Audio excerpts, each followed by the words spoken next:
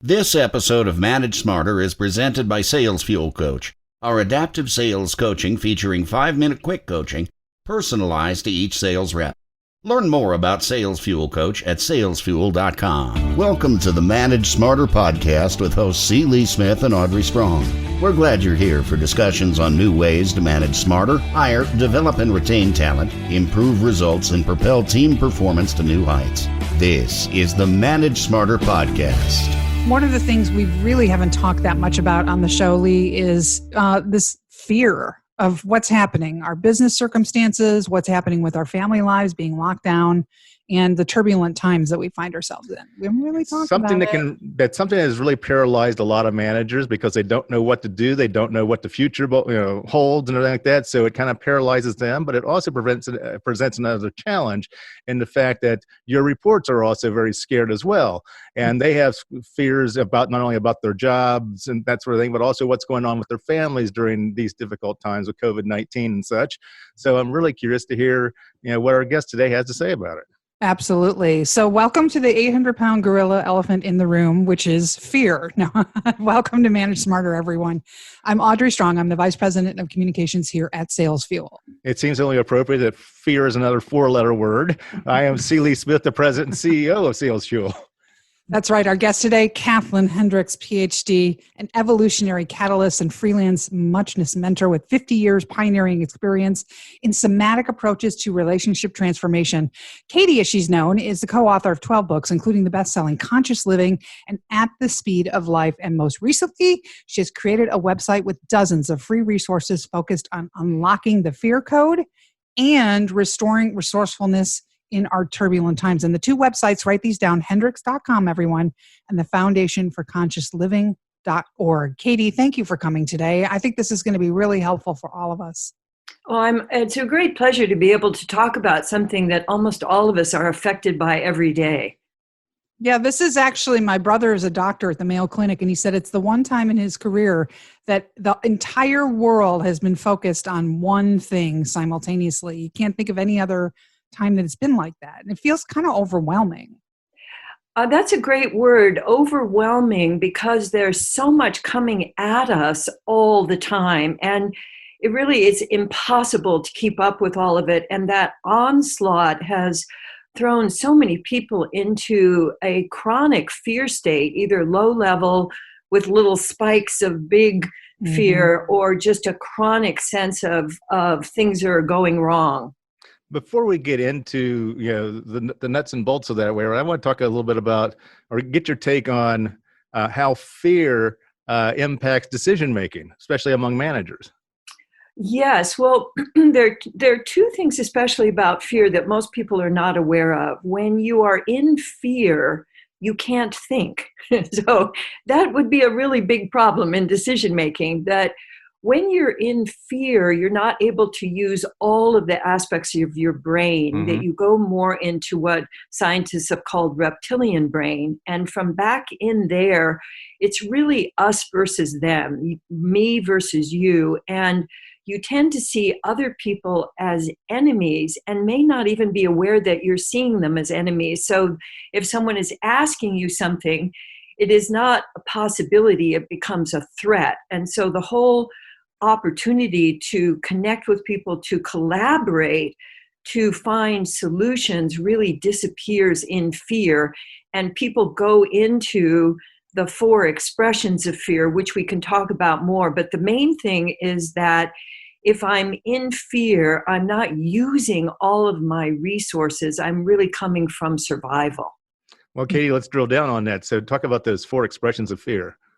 Well, they are fight, flee, freeze, and faint. And how they would show up in an executive setting, or in a work setting, is that in fight, and we see it all the time. So all of the announcements, the emails that you get, they're all about fighting back. And we don't realize that keeps the fear going, because fight is the main defensive expression of fear. So if someone says to you, there was something about the report that wasn't working for me, the tendency then would be to attack. So that's fight.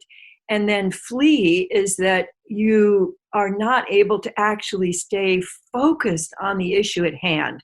You change the subject, go into distractions, do whataboutism, toss it over to the other person. So fleeing doesn't allow you to actually keep your brain and your body in the room. And then freeze, if you just look at tapes of almost any kind of political event going on right now, you will see that a lot of people are simply frozen. They're not moving. You can't really see them breathing. And the freeze response is what our long ago response to being a prey. When a predator shows up, all of the prey will freeze so that they become invisible. And so that's one of the things that will show up at work, is that people just simply fade into the background, or they disappear into themselves and stop breathing and stop being able to actually be creative.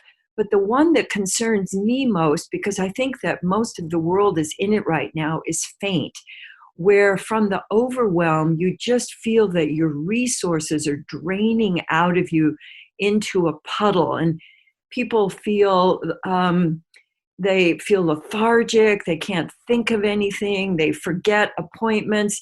And it's not as though you're losing your IQ, although you may be because of the pervasiveness of faint, but faint is the last recourse before an animal actually dies. So they become passive. There's a sense of hopelessness. There's a sense of why bother. And so I think a lot of people are experiencing at least one, if not more, of the 4 expressions of fear. But what they all have in common is that you're not able to fill your own reservoir and feel resourceful. You just feel more and more and more drained, and then can be, binging on television or fast food or things that they feel like they're filling you up, but they aren't really. So what are the warning signs of these different levels? I mean, obviously the work product quality, or a total cessation of execution of task at the faint stage, or? Yeah, I would say some of the warning signs are that you have a sense of, you feel tired. Even though you might be getting sleep, you feel tired. When you're at work, you can't come up with creative ideas. Your usual sense of your own pace and when your creative times are during the day might fade away. There's a sense also that other people are not there for you. You feel disconnected from other people and might be feeling like, oh, it's all up to me and I have to do everything. So, and if you've experienced any trauma in your life, it's coming up now. That you'll remember things. You feel more edgy. People snap more. There's not that usual give and take of tossing ideas where you get more confrontational. So I would say edgy, sharp, tired, and feeling kind of wimpy, like, wimpy and whiny inside, although you may not, say that out loud. I would also say absent. So these are people then that are taking more time off, mental health days, and everything, or they don't show up when they show up. So they might be physically there, but mentally not there. Exactly. That's an example of a flee, that I'm in the meeting, but my mind is absolutely elsewhere. So what are you, I know for me, Lee will know that I'm a champion what is it? What am I trying to say? Putting it in compartment. I can't pronounce it. Yeah. Putting it in compartment. I'm just having words this morning. Compartmentalize? Yes, compartmentalizing. Yes, I'm a champion at that. I put it in a box and I soldier on, but not everybody can do that. What are some of the ways as a leader you can help your people cope? Well, actually, putting it in a compartment and soldiering on is more of a fight response. Okay. I just sort of tuck it away. And then how it will show up, a lot of the fighters, it will show up physically. You start having complaints, physical complaints, and achy shoulders and stomach upset. So all of those are really a result of just not being able to process everything that's coming at you. So a couple of things that are incredibly helpful for people are, one, to find every 15 minutes or so, take 3 relaxed breaths. Deliberately I set your timer, take 3 relaxed physical breaths and change your physical position. People get caught in, either if you're in meetings, Zoom meetings all day, people are not moving and they're not breathing. And so that's one of the simplest and the most effective things that you can do for yourself is get unfrozen. And on the Foundation for Conscious Living, you'll find dozens of videos, but one of them that's going to be particularly helpful is something that we call fear melters. And they're very simple movements that allow you to unlock those 4 expressions of fear and move from fear to presence. And in presence, you're actually able to connect with others and to collaborate with others. And so the fear melters are basically different moves that allow you with, for example, fighting, you do something called oozing, which is like seaweed in water. And for flee, you do sumo, which is letting yourself feel your feet. If you're standing, letting yourself really come down into a sumo stance and move from foot to foot.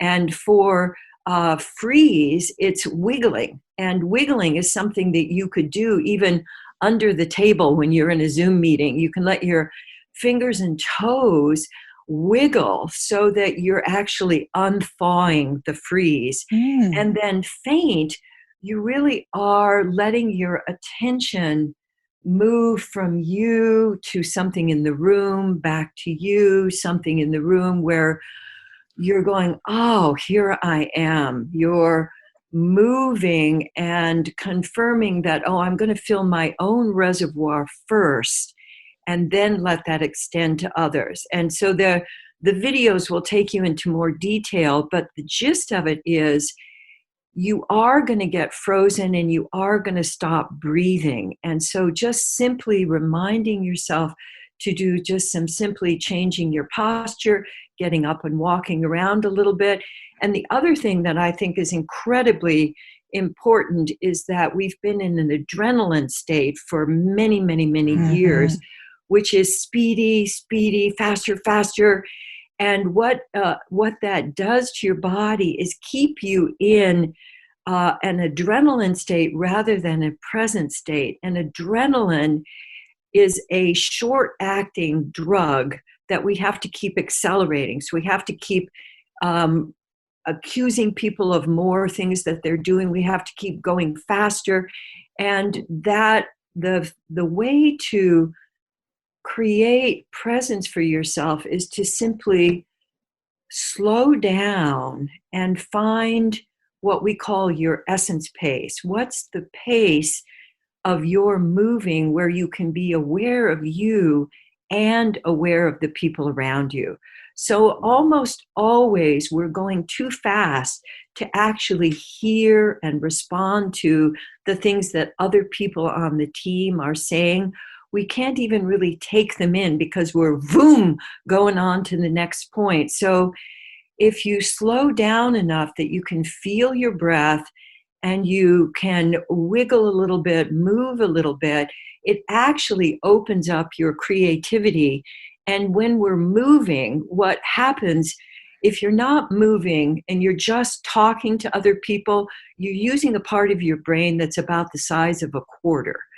But if you're moving, you're letting your body move in just very simple, easy ways like stretching and wiggling, you're using all of the parts of your brain. So it actually allows you to get smarter and to be able to respond rather than react. When you're in fear, you're reacting. But when you're letting yourself move and breathe easily, you're moving into your whole creative brain. So it actually makes you smarter, even though you might have come into the meeting or the interaction with fear. So we're coming to the end of the show. But I've got two questions that I really want to hear your thoughts on. First thing that comes to mind is that fear is not always a bad thing. So it's like it's okay to be fearful of pulling the pot of boiling water down from the top of the stove, right? So where is the point of the threshold, if you will, where fear is a good thing and then it turns into a bad thing? I mean, it's like, how do you realize that? Yeah, that's a wonderful distinction. So fear is wired in. We would not be here unless our ancestors had really good responses to fear. Mm-hmm. So it's not something that we want to get rid of, but we want to be able to recognize when fear is running us. So we really want to be able to move from fear to here. And what I find is just by unlocking our breathing, our connecting with others, we're able to turn the fear juice, we're able to hook that up and it turns into creative juice. But when it's just wandering around, the big thing is that I see other people as an enemy. So if I'm able to recognize, oh, I'm scared right now, that unlocks that connection. And I go, oh, okay, I just realized that my heart was racing, and saying something that's actually true for you right now is also another way to hook up the fear juice into creative juice. And the second thought that I was curious about is like, how do you get your direct reports as a manager? How do you get them to get past fear? When they're in a state where fear is running them and it's actually causing some ill effects rather than positive effects? Well, recognizing, I think naming it. If a manager can name, like, whoa, I realized when I looked at all of this data, I felt my breath getting quicker, and I started going, oh my God, how are we going to? And I realized that I'm scared. So actually identifying that fear happens to all of us, and that we can respond to it differently, is very, very helpful, because people will take their cues from the person who's leading. And if it's okay for people to feel fear and to be able to shift from fear to here, then everybody can join in that. I have one last question. We're about to wrap up, Katie, but you said in your pre-show questionnaire that you think managers right now are under listening. I love that term. And so how can we over listen at this time? I mean, do you call a meeting and you say, what's everybody afraid of? I mean, start by shutting up. Meeting, or do you have like a method, a tip on how to make? Well, what I would suggest is starting a meeting by sharing just a quick story of how you noticed that you were trying to get something done, but you were trying to do it from fear, and then listening. The kind of listening to other people has to do with a certain kind of appreciating, and that is being sensitively aware. So the kind of listening that we're really interested in is fully turning toward, opening your body rather than closing and having arms crossed and having that kind of, show me what's wrong here, that kind of confrontation, and breathing yourself. So being open, turning toward the person, and then in your listening, acknowledging what you're hearing, not just about the content, but about the person. So it sounds like you got to this certain place, and then a whole bunch of more information came in and you didn't know what step to take next. So it's really focused on your confirming that you're with the other person, that you hear them. You may not necessarily agree, you may not come to the same conclusions, but you're really saying, oh yeah, I can understand that you would feel this way. That's that big empathy word that Lee talks so much about. Without it, you're nowhere. Without it, you really are nowhere, because when you come from empathy, you're mirroring to the person, you're confirming their experience. That's another way of unlocking fear, so that people can relax into somebody else is here with me and I don't have to do this all by myself. It's not a technique. It's a state of being. It can't be It is a perceived as state fake. of being, and it's a state of being that we can all practice and that we can all keep getting better at. And that if each of us, if there's just one moment where someone gets appreciated, like, oh, wow, that really, you got a lot dumped on your lap there all at once. There's a sense of, and then people can breathe and connect with themselves again. Well, Katie, I appreciate you taking the time out from your busy schedule to talk with us today. Well, thank you. That was a great example. That's great. It's Hendricks.com, everyone, and the Foundation for ConsciousLiving.org. I'll throw those in the show notes so people can just link right through. It's been a pleasure. We learned a lot today, Katie. Thank Absolutely. you. Oh, thank you. It's been a pleasure to be with you. Thanks for listening. If you enjoyed the show, please rate and recommend on iTunes, Overcast, or wherever you get your podcasts. You can also get more great information at salesfuel.com.